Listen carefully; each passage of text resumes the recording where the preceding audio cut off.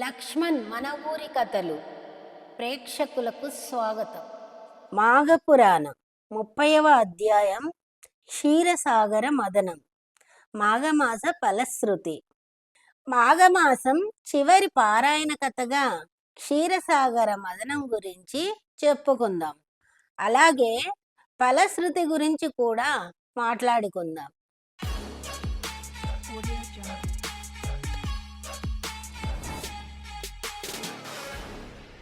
మాఘమాసమందు నదీ స్నానం చేసి మాఘమాస వ్రతాన్ని ఆచరించిన వారికి అశ్వమేధ యాగం చేసినంత ఫలితం లభిస్తుంది.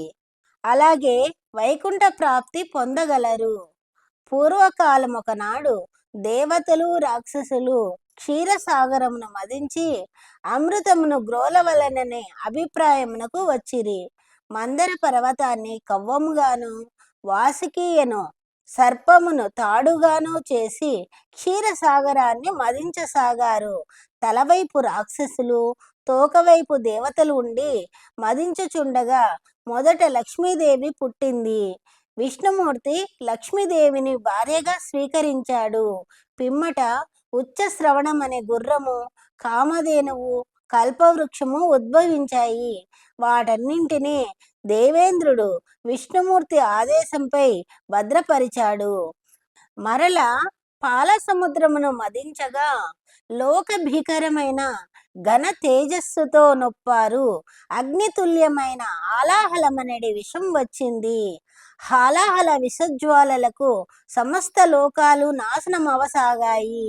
దేవతలు రాక్షసులు భయపడి పారిపోసాగారు. సర్వులు సర్వేశ్వరుని శరణజొచ్చారు.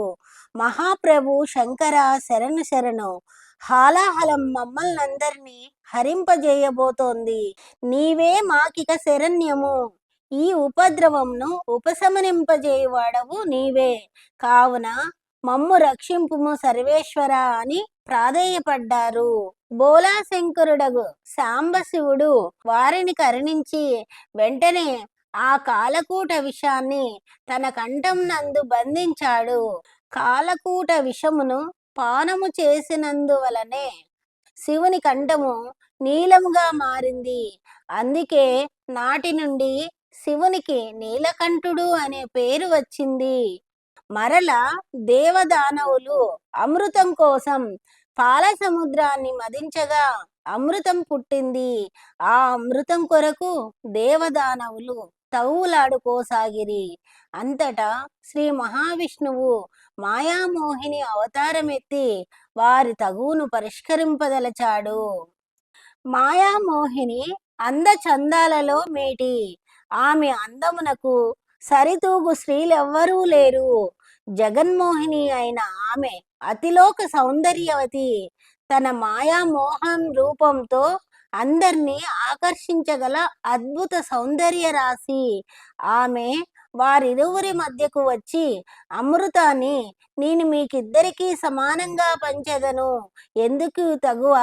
మీరందరూ ఒక క్రమంలో నిలబడితే అందరికీ అమృతాన్ని పంచుతాను. మీకిష్టమేనా అంది. దేవదానవులు ఇరువురు అంగీకరించారు. ఆమె అద్భుత సౌందర్యమునకు పరవశించి రాక్షసులు కూడా మారు మాట్లాడలేదు. దేవతలందరూ ఒక వరుసలోను, రాక్షసులు మరొక వరుసలోను నిలబడిరి. జగన్మోహిని 2 బండారములను తీసుకొని ఒకదాని యందు సురను, మరొక దానిలో అమృతమును నింపి నర్తిస్తూ మురిపిస్తూ మైమరిపిస్తూ తన వయ్యారపు నడకలతో చిరునవ్వులు చిందిస్తూ రాక్షసులను ఊరిస్తూ వారికి తెలియకుండా సురను రాక్షసులకు, అమృతమును దేవతలకు పోయసాగింది. మందభాగ్యులైన రాక్షసులు ఇదేమీ గమనించకుండా ఆమె అద్భుత సౌందర్యమునకు మురిసిపోతూ పరవశించసాగారు. ఈ విధంగా రాక్షసులను తన వలపు వయ్యారంతో ఊరిస్తూ సురను మాత్రమే పోస్తుంది. అమృతాన్ని దేవతలకు పోయసాగింది. ఈ కనికట్టును గమనించిన రాహువు కేతువులనే 2 రాక్షసులు చాకచక్యంగా మాయా దేవతలుగా మారి దేవతల పంక్తిలో కూర్చొని అమృతాన్ని పానం చేశారు. రాహుకేతువులు చేసిన ఆగడాన్ని కనిపెట్టిన జగన్మోహిని కోపించి తన చక్రాయుధంతో వారి తలను నరికి వేసింది. వారి గొంతు నుండి అమృతము ఇంకనూ దిగనందున వారిరువురు చనిపోయిరి. ఈ మోసమునకు రాక్షసులు దేవతలు గొడవ పడ్డారు.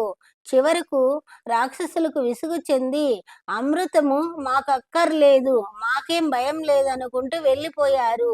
శ్రీ మహావిష్ణువు మిగిలిన అమృతాన్ని దేవేంద్రునికి ఇచ్చాడు. త్రిమూర్తులు ముగ్గురు అదృశ్యమయ్యారు. దేవేంద్రుడు ఆ భాండారాన్ని భద్రపరచుచుండగా 2 చుక్కలు విధివశాత్తు నేల రాలాయి. అవి పడిన చోటు 2 దివ్యమైన మొక్కలు మెరిశాయి. అవే పారిజాత, తులసి మొక్కలు. సత్రాజిత్ అనే మహారాజు వాటిని నీరు పోసి పెంచసాగాడు. మరి కొంతకాలమునకు పారిజాత వృక్షం పుష్పించసాగింది. అద్భుతమైన సువాసనలు వెదజల్లసాగింది. ఒకనాడు దేవేంద్రుడు అటువైపుగా పోతూ పారిజాతపు పుష్పవాసనకు పరవశించి ఒక పువ్వును కోసుకొని తన భార్య అయిన శచీదేవికిచ్చాడు. మిగిలిన వారందరూ కోరగా మరలా వచ్చాడు. రహస్యముగా పువ్వులను కోయదలిచి తోటలో ప్రవేశించాడు.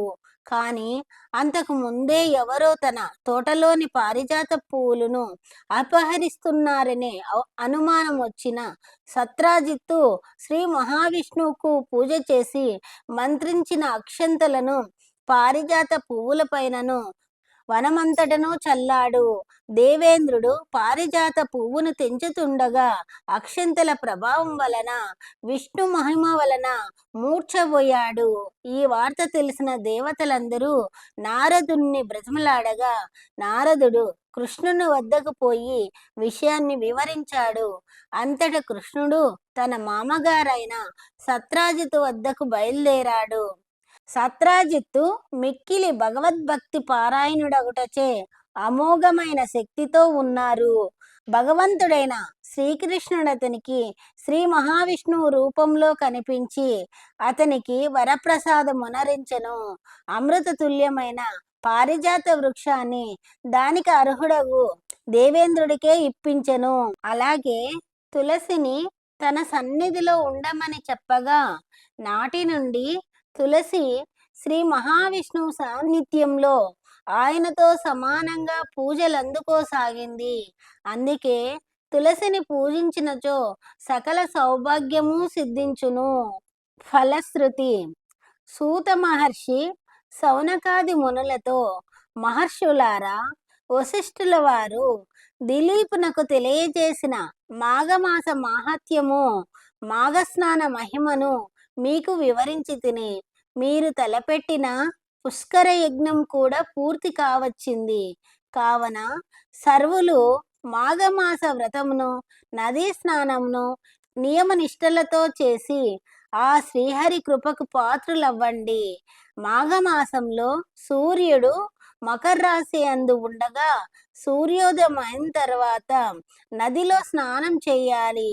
ఆదిత్యుని పూజించాలి. విష్ణు ఆలయంను దర్శించి శ్రీమన్నారాయణకు పూజలు చేయాలి.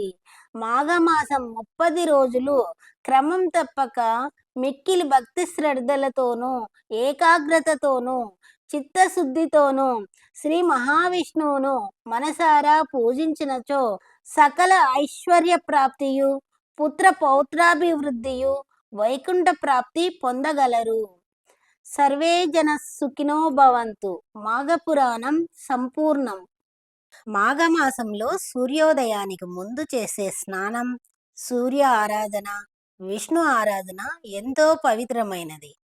ఎంతటి పాపాన్నుంచైనా విముక్తి కలిగిస్తుందనే విషయాన్ని మాఘపురాణం ద్వారా తెలుసుకున్నాం కదా.